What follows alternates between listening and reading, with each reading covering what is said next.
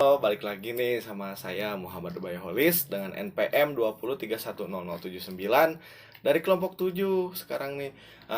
Di sini saya untuk video kali ini tuh sekarang saya akan melakukan skill lab tentang hacking atau menjahit luka. Nah, untuk videonya langsung saja check it out. Nah, yang pertama itu harus menyiapkan sarung tangan steril yang seperti sudah saya pakai ini. Lalu yang kedua itu ada kaset steril. Untuk kaset steril sudah saya siapkan juga ada di sini. Lalu yang ketiga ada obat anestesi lokal untuk ya biar nanti saat proses penjahitan tidak sakit. Nah, lalu ada plester atau perban, lalu cairan garam fisiologis NaCl 0,9%.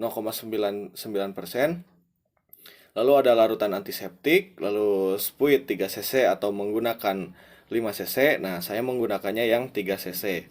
Lalu ada peralatan penjahit atau hacking set. Nah, seperti ada pinset untuk memegang, lalu ada needle holder atau pemegang jarum. Nah, oke. Bang, yang ini tuh misalkan luka yang terjadi pada pasien yang akan dijahit.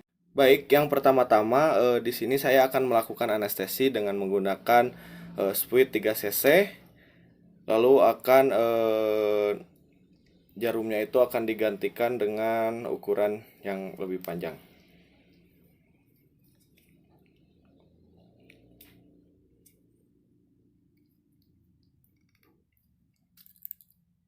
Nah, sudah diganti. Jadi gunakan anestesi ini untuk luka jadi sesuai kebutuhan. Jadi jangan terlalu banyak atau jangan terlalu sedikit. Untuk pertama-tama bisa di ujungnya, atas atau bawahnya. Lalu dengan derajat 45 derajat menusuk ke bawah sampai ke depan dan lakukan penekanan pada spuitnya. Lalu selanjutnya di sebelah atasnya sama seperti tadi. Lalu tekan di spuitnya. Nah, jika sudah simpan spuit ini atau langsung buang dan jangan digunakan lagi. Nah, untuk yang pertama di sini saya akan melakukan penjahitan sederhana. Pertama-tama buka dulu si kaset sterilnya.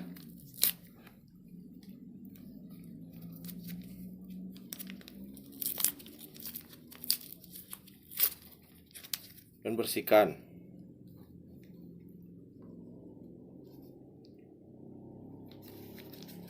Setelah digunakan kaset sterilnya buang. Nah, untuk selanjutnya itu siapkan jarum dengan pemegang jarumnya seperti ini. Nah, lalu siapkan juga pinset ini untuk memegang luka agar tidak bergerak dan agar bisa dilihat jaringan mana yang terkena. Nah, untuk pertama-tama di ujung terlebih dahulu.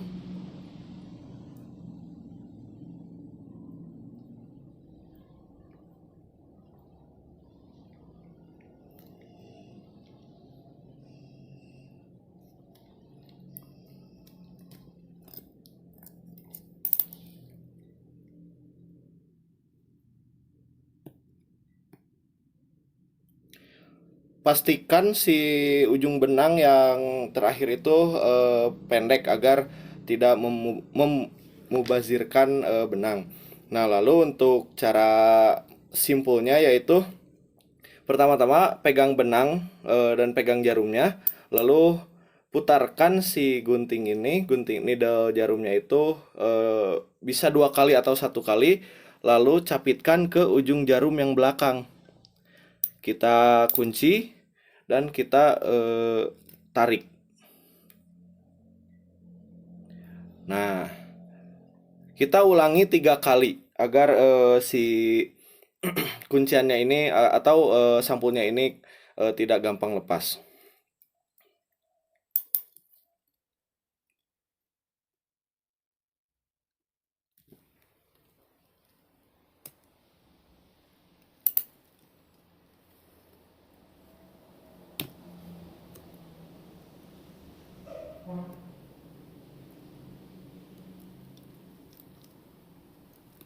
Lalu bisa satu kali lagi agar memastikan simpulnya kuat.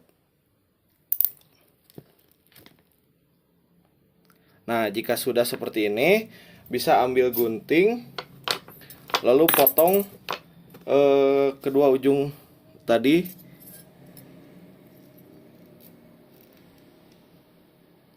Jangan menyisakan benang yang terlalu panjang. Lalu selanjutnya ulangi seperti tadi dengan jarak dari jahitan pertama ke jahitan kedua itu 1 cm. Lalu setiap jahitan itu jaraknya itu 1 cm 1 cm.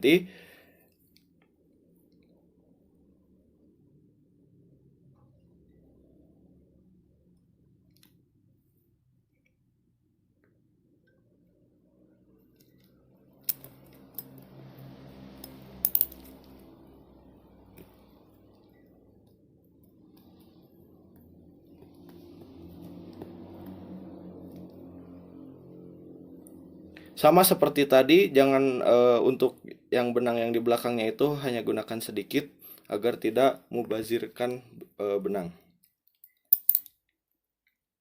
Lalu untuk sampulnya sama seperti awal tadi, kita lilitkan terdahulu ke gunting ini, lalu capit si ujung benang belakang dan kunci, lalu kita tarik hingga kuat.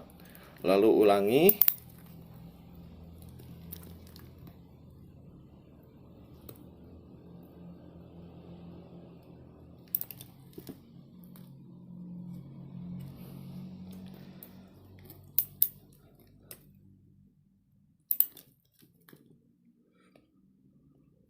Nah, jika sudah selesai, sama seperti tadi, potong benangnya. Nah, untuk si simpul benangnya itu jadi harus ada di pinggir dari luka, jangan ada di tengah-tengah lukanya.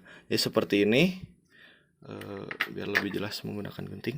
Nah, jadi ada di pinggir luka ini. Sama seperti ini, dan jaraknya itu bisa atau 1 jari ini, atau bisa perkirakan dengan 1 jari atau 1 cm 1 cm. Nah, untuk sudah seperti ini, lanjutkan. Untuk selanjutnya itu ada pola jahitan continuous interlocking. Nah, untuk pola jahitan ini jadi pertama-tama itu kita di ujung dulu untuk menjahitnya. Mohon maaf, sama seperti yang tadi pola jahitan sederhana, kita lakukan terlebih dahulu anestesi, lalu lihat apakah ada darah yang keluar. Jika tidak ada, maka bisa dilanjutkan. Nah, lalu lakukan penjahitan. Nah, sekarang kita melakukan penjahitan sama seperti yang tadi sederhana, masukkan terlebih dahulu jarum, lalu untuk tadi yang sederhana itu kan setelah disimpulkan itu lalu dipotong. Nah, untuk pola jahitan yang continuous interlocking ini tidak dipotong, tetapi setelah di setelah di mohon maaf, setelah disimpulkan atau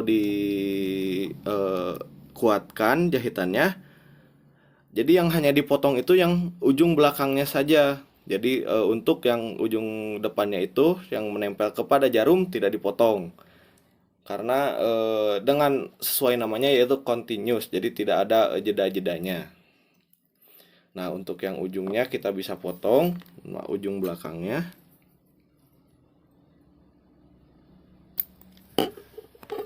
Nah, caranya itu untuk pola jahitan continuous ini, kita siapkan jarumnya itu jadi tidak dipotong, dan tahan jarumnya itu dengan menggunakan jari kita, lalu masukkan jarum, mohon maaf, benangnya tahan dengan jari kita, lalu masukkan jarum, dan jadi si jarumnya itu masuk ke antara tengah-tengah benangnya, jadi tidak keluar jarumnya itu.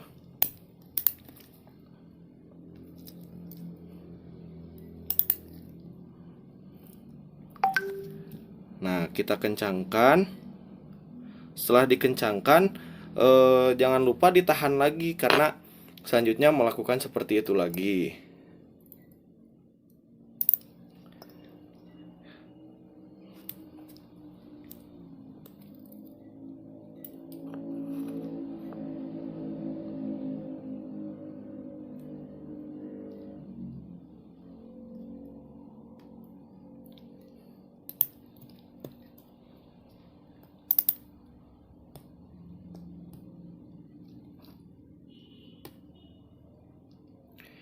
Nah, jika sudah seperti itu, lalu si sampulnya itu jadi akan seperti ini. Nah, jadi untuk pola jahitan continuous ini akan seperti ini. Jadi di sini dulu yang pertama-tamanya itu di apa? Disimpul, dikuatkan, lalu selanjutnya jarum masuk dari sini, lalu ke atas ke sini. Di sini juga sama, jarum masuk lagi dari sini ke sini lagi. Untuk jaraknya itu sama, sekitaran 1 cm atau 1 jari. Nah, untuk di terakhirnya itu kita simpulnya itu di atas sebelah sini. Sama seperti pola jahitan sederhana, kita putarkan terlebih dahulu si apanya gunting pemegangnya, lalu lalu kita capit si ujung benang yang belakang dan kita kuatkan. Nah, seperti itu. Mohon maaf karena si silikonnya agak keras, jadi ini kurang bersatu. Harusnya bisa memakai daging atau memakai spons, jadi agar tidak ada lubang-lubang seperti ini.